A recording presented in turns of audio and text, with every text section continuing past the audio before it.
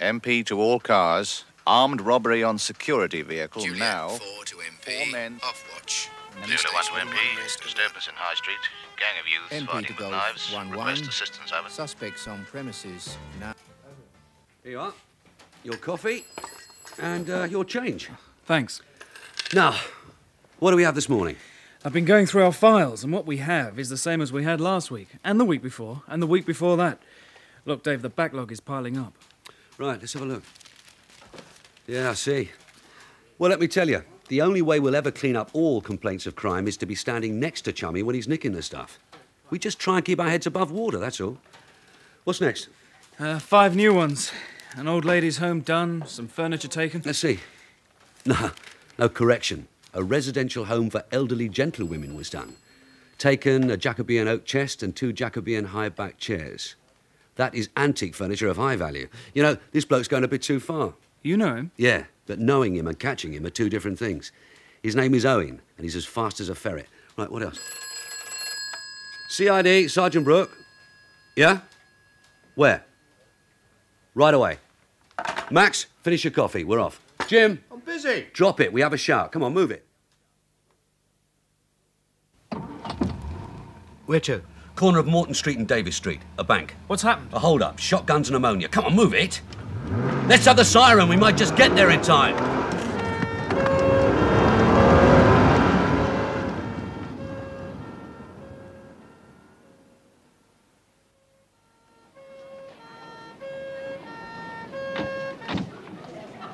There's still a crowd. Let's see what we got. Constable, what happened? No one's sure yet, Sergeant. The manager's inside. His name's Franklin. Thanks. Mr. Franklin? Yes? Detective Sergeant Brook. Will you come in here, please? I'm still a bit shaken. I was taking some pills. Do you mind? No, go ahead. Can you tell me what happened? Well, it isn't easy to tell. It was all over in minutes, in seconds, really. I hardly had time to go from this office into the bank. How many were in the raid? 3. I mean, I saw 2 of them, but the cashiers say 3. They were on their way out, and there were the fumes, ammonia, still in my eyes. Have you had your eyes treated? Yes, the chemist from across the road came in. One of our customers, a lady, ran out and into his shop.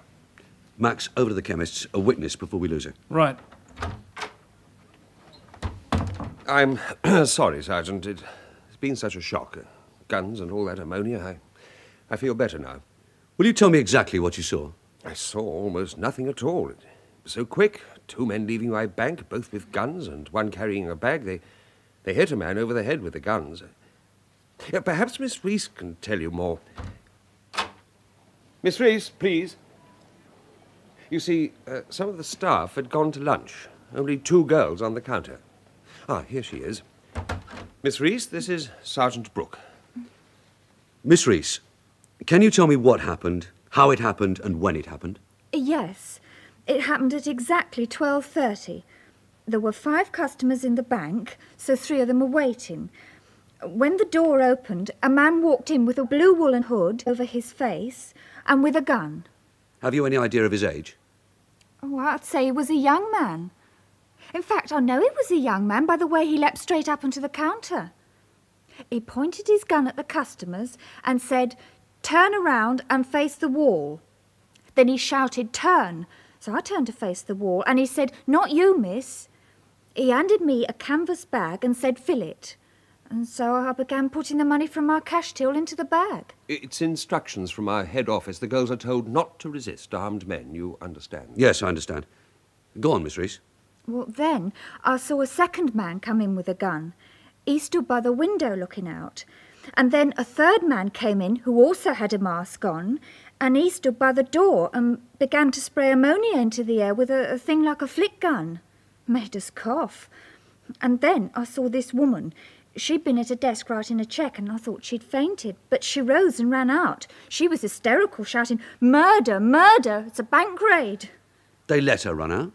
Well, I think they were surprised. She ran right under the arm of the man standing by the door and out into the street. She ran straight through the traffic, Sergeant, and into the chemist's. And there she fainted. Miss Reese? Well, when she ran out, the man standing on the counter swore. Then he grabbed the bag from me and jumped down. A customer panicked and got in his way, Mr. Henderson, and he hit him on the head with his gun and knocked him down. How much did they get? Well, I'd given them about £6,000, and then they ran. Did they threaten you with the guns? Oh, yes. And that man with the ammonia was coming towards us when the woman ran out. Sergeant, the woman is still in the chemist's. I think you should talk to her. Right.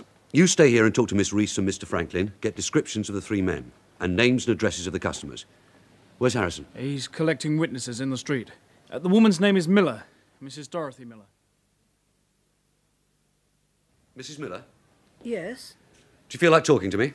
About what? About what happened in the bank. I've told everybody what happened.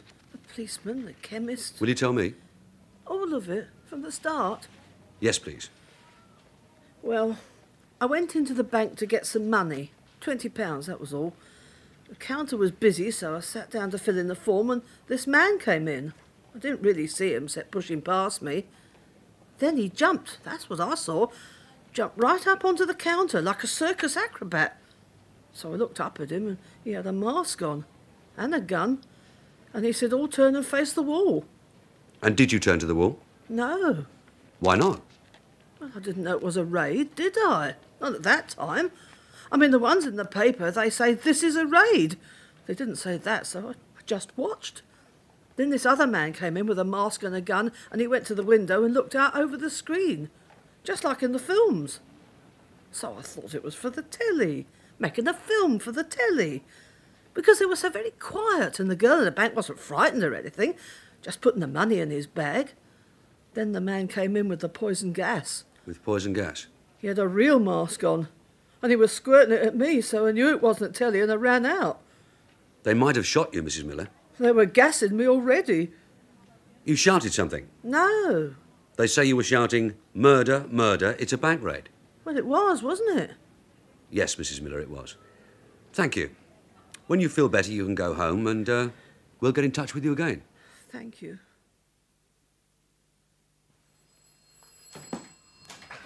Well, what did we get? Max? Scenes of crime didn't come up with anything except some footprints of plimsolls on the counter. Fingerprints got nothing. They all wore gloves, and even at that, they didn't touch anything. Descriptions. Jim? 3 lads, that's for sure, wearing blue woolen masks, like balaclavas, but covering head and face. Could be late 20s, height 5'7" to 5'9", seen in the bank, seen running from the bank. They had a car parked in Summer Street. No one got the number, no one got the make or year, but one woman was quite clear on the colour, green. And probably stolen. Hasn't been found, yet. They spoke. Can we do anything with the voices? One of them spoke. He uttered 17 words in all. He said, turn around and face the wall, turn, not you, miss, fill it, meaning the canvas bag. Then he said, for God's sake, stop her. As Mrs. Miller flew out of the bank? You're not kidding, Dave. They say she actually did fly out. A little round-shaped woman flapping her arms. She ran straight through the traffic. There was a right old pile-up. The chemist said she could have died of a heart attack. Well, they didn't actually tell her it was a raid. The lad on the counter, did we get a lead on his accent? No. The general feeling was that he had a London accent, but nothing you'd notice. Yeah, very helpful. Any suggestions? Yeah, I suggest a medal for the little round woman who thought they was making a TV film. Mr. Henderson didn't think it was a movie. How is he? Detained in hospital. Jim, give them time for the shock to wear off and then go back to the bank and speak to the counter staff. See if they can recall any young men coming into the bank, changing a tenner into singles, something like that, and who seemed to be looking around. Especially anyone who showed an interest in the side door. Ask them to think about it, a bit of feminine intuition. Right. And me? Well, until we have a lead, you can stay on the other stuff. The backlog. There's the furniture nicked from that home. You made an inquiry about this antique lark, haven't you? A loser, Mr... Mr. Nizam. He'd gone off for the weekend and came back to find... Yeah, well, it's always like that. Go and have a chat to the matron at the Westdean Residential Home for Retired Gentlewomen. Yes, we have many quite valuable pieces of furniture in the halls and corridors of the home, Mr. Maxton, but these were the most valuable. They were given to us by one of the governors. The Jacobean chest stood just here under the window, And the chairs stood one on either side. And the window, as you can see, has one of the loveliest views of the grounds. Yes. Do you have any idea of their value, matron? Oh, yes. They appear in the financial report. It is a private residential home, as you know. The chairs are each valued at £1,500 and the oak chest at £3,000. That is £6,000, just gone, like that. When did you know they'd gone? As they were being taken. One of my nurses came to me and said that 2 workmen had come to remove them. Can you imagine such impertinence? They had come to remove them. By the time I got there, the men had gone and the van had gone.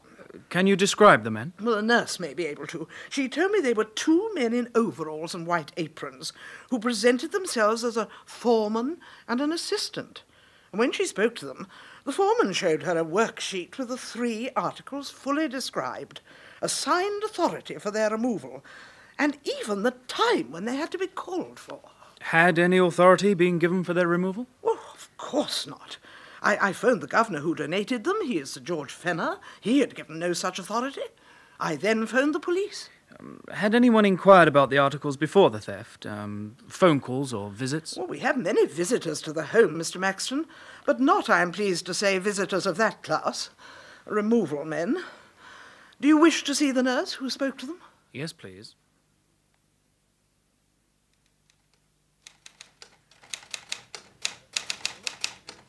Writing your memoirs? No, just copying 2 statements from the old ladies' home. The matron and the nurse who saw the thieves. Want to read them? Why? I know exactly what it will say. Would you like to make a bet? Could I win? You'd be paying for experience, and that's worth a pint from any DC. OK, a pint. Right. Last Sunday, a certain Mr. Owen put on his Sunday best and, looking like a church visitor, called at the old ladies' home and had a quiet mosey round the corridors. He had a butcher's at the bits and pieces and spotted the oak chest and the matching chairs. A few days later, he sent a van and 2 men in white aprons to collect them. They had a worksheet with a description of the items, a signed authority, and even the time. OK, you win. A respectable man was seen there last Sunday wandering in the corridors. 3 days later came 2 men in white aprons. Who was who? Mr. Owen only values, he doesn't collect. He was the one who went there on Sunday. You can go and practice on him if you like, but you'll never pin him down. I've got his address somewhere. Dave? Yeah. Bank job. The car's been found abandoned. On the back seat, 3 blue woolen hoods, a brown canvas bag and a squirter with some ammonia still in. They've been taken to the laboratory. Do we know where it was stolen? Yeah, taken 3 days ago from a cinema parking lot in North Kilburn. The lady was right. It's green. Anything from the bank staff about the lads casing the place? Yes, from Miss Thompson. One lad she had a feeling about, though she's not too sure. He came in on 2 successive mornings for change. He was in overalls. She thinks he was working nearby. Did she give a description? About 26, 5'7", good looking. Best she could do. Right. I'll go and have a look at the car. Max? Yeah? Mr. Owen's address. I mean, talk to him. It won't do you very much good, but it might make him lay off for a couple of months. Right. Is this the car? Yes, this is it. Green Triumph 1976. Stolen 3 days ago in North Kilburn. Real owner a Mr. Milligan of West Kilburn, who had taken his girl to the pictures and come out to find it gone. And he's wondering when we'll let him have it back. And when will you let him have it back? When we've finished with it.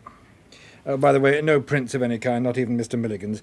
Seems the lads spent the time giving it a good old cleaning. They even tuned the engine so it wouldn't let them down. It's in better shape than when it was nicked. Well, they left in it the woolen mask, the canvas bag and the ammonia gun. What's the sellotape for? The car's so clean, I'm using this to lift any dust from the seams of the bag and from the plimsolls. Oh, they discarded the plimsolls worn by the lad who stood on the counter, so his shoe prints won't lead you anywhere. Sounds like they thought of everything. Yeah. And that they've done this before. Oh, you can bet on it. And how is criminal intelligence today? Fine, Dave. What can I do for you? Some information. Bank raids, wage snatches, hold-ups. 3 lads. I think they've been at it before. Late 20s, medium height, 5'7" to 5'9". One of them's quite an athlete, carrying sawn-off shotguns and ammonia. Ammonia? That's a bit old-fashioned, isn't it? Well, it was used today, a bank in Davis Street. Late 20s, medium height. Can you be more specific? Yeah, no. Well, according to eyewitnesses, 50% of all London crime is done by lads in their late 20s, of medium height. Yeah. Well, we're looking for 3 lads. Well, give me more. They waved guns about, and when an old lady ran out screaming, they didn't fire at her. They just scarpered, but in good order. So, no violence? Well, I wouldn't say that. They brought ammonia. And when they were making off, a customer panicked and got in their way. They clouted him. Well, let's see what we've got in the files. Late 20s. We don't really know that for certain. They wore woolen hoods, but the way they moved and ran and jumped about, people said they were young. Would you be interested in 2 lads doing a sub-post office, masked, carrying sawn-off shotguns, a year ago? Yeah, let's see. Sure, have a look. Well, sub-post mistress says they walked in at lunchtime. Shop wasn't busy. One stood by the window. The other presented a gun. No fuss. They walked out with £2,400. Another sub-post office, 3 months later. 2 lads, masks and guns. Thanks. Yes, same MO. Walk in when the shop's quiet. One goes to window, the other presents the gun. But it's still only 2 lads. Then have a look at this. 2 plus 1. A snatch from a wages car. Masks and guns. 3 lads, and one of them a bit of an athlete. While 2 stop the car, the other leaps from a shed onto the roof of the car and smashes a windscreen. Yeah, could be the same lads. Recruited a 3rd to make a real team. Do you have anything on them? Yeah, they've either been very careful or very lucky. I can give you the addresses of witnesses if that'll help. The 2 sub-postmistresses and the driver of the car, and the cashier who was travelling with them. Yes, please, I'd like to have them. And have you got the correspondence number there? Yep. Mr. Charles Owen? Yeah, that's right. And to what do I owe the honour of this visit? I'd like to have a look around. Not much to see today, sir. Just a small store of second-hand furniture. That's what I'm interested in. Would it be business or pleasure, sir? I mean, was we specially recommended to you? Yes, by Detective Sergeant Brook. Ah, then it's business, sir. Anything particularly you have in mind, Squire? Yes, 3 antique pieces, Mr. Owen. Jacobean. Oh, well, then they wouldn't be here, would they, Squire? We buy only second-hand stuff. Mr. Owen, antiques is second-hand stuff. Yeah, but fair's fair, Squire. I mean, antiques got to be 100 years old. I mean, if this junk was 100 years old, it'd have fallen to pieces, wouldn't it? I mean, just look at it. Mr. Owen, do you have a van? A grey panel van? No, but I sometimes borrows one. Did you send it to the West Dean Home for Ladies? To where? The West Dean Residential Home for Ladies. Never even heard of the place, Squire. But you do use a grey panel van? Look, Gov, don't muck me about. You've had a butcher's. Have you seen any of this? What was it you called it? Jacobean, have you? No, I haven't. You finished then? Yes. Feel free to come any time, Squire. But for the moment, ciao very much and goodbye. Goodbye. Oh, my regards to Sergeant Brook. Did you see Charlie Owen? He sends you his regards. Did he give you his Uriah Heep Act? Was we specially recommended to you, Squire? Like is you thinking of setting up a new home? Pretended he wouldn't know an antique if it was brought to him gift-wrapped. Do you believe him? Well... Do you believe him? No. Good. Because he's the best judge of antiques in the business. Just make a vow that one day you'll get him. But right now, we've got some work to do. What time is it? Yeah, just on 7:30. Oh, damn. I've got someone to meet. Judy? Are you psychic? No. It's just the furtive way you said it. You've got to meet her? Yeah, in the Falcon, 7:30 sharp. Oh, hell, look. Look, dash round, buy her a drink. Tell her I'll be about half an hour. Tell her some big stuff about a bank raid and Sherlock's on the trail. Keep her interested. Sure. I'll hold her hand. You're bloody not. You keep her hands on the table. Yes, Sergeant. And if I'm not there by 8, you can give her a lift to the hospital. She's on duty. And come straight back. Yes, Sergeant. Well, I'll be here or with the collator. So, what's new, Dave? I had a thought about these 3 lads. Like? Well, a year ago there were 2 doing sub-post offices, and today we have 3 with a similar MO doing a bank. First 2, then 3. I mean, Wouldn't it be reasonable that these two, having some success with small post offices, that they gathered in someone who knew about bigger stuff? Like how to do a bank? I'm following you. You said ammonia was old hat. How many years? Are you still following me? Yeah, I'm ahead of you. Now, that information will be with C11. Hold on. Put me through to the yard, will you? C11, Inspector Harris.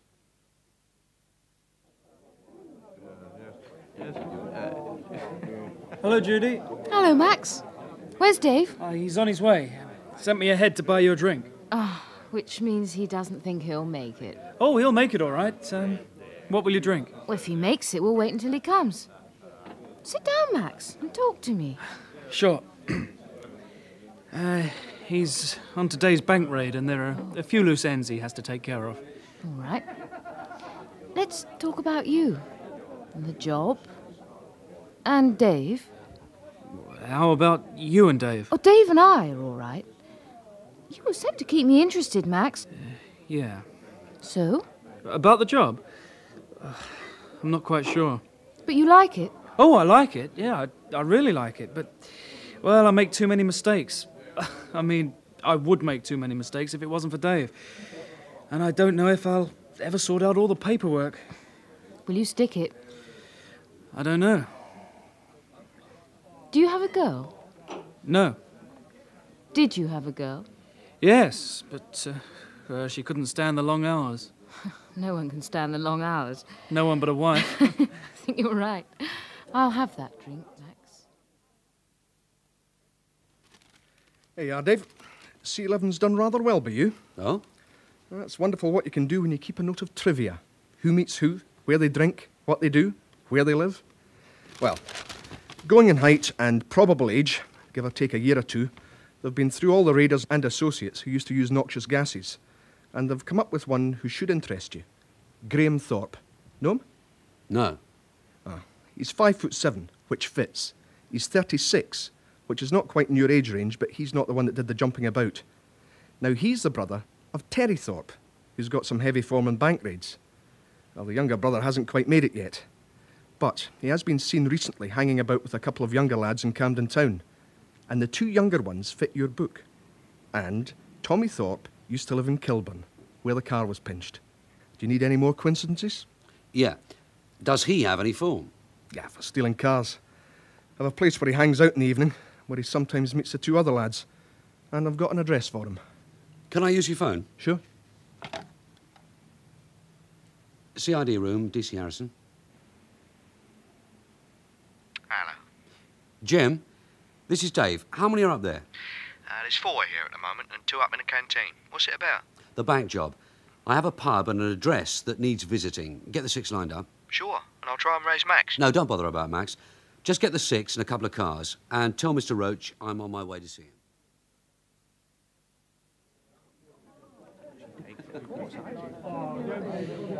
He said if he wasn't here by 8, I was to take you to the hospital. Well, I'm not on duty. If he isn't here by 9, you can take me home. He'd have my scalp for that. I didn't mean take me home. You can drop me on the doorstep. Oh, yes. If he isn't here by 9. So, another Chinsana? Please. All right, against the wall, all of you. Yeah, what's going on? We're looking for money. All right, lads, start searching. Get up. It's daft, the 3 of you to be together, but I suppose you had to count the loot. Over here, Dave. One drawer full of money, one bin full of bank wraps. Yeah, that's it. Now you. Me? Yeah, you. You look like the one. Let's hear you say, turn around and face the wall. Why should I say that? Because you said it this morning, and you'll be saying it often enough in the next few days to the bank staff and the customers. Get stuffed. OK, yeah. Flynn, Keller, Anderson, get the 3 of them down to the car. Yeah, get going.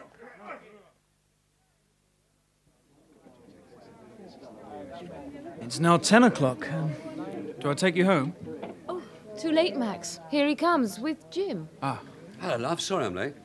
What kept you all this time? We have the 3 off for the bank job, taken their fingerprints and listed the loot in the property book. Jim, put up some drinks. Yes, Sergeant. And, Yes, Sergeant? Then you take Max back with you and get on with the paperwork. I have to make up for lost time.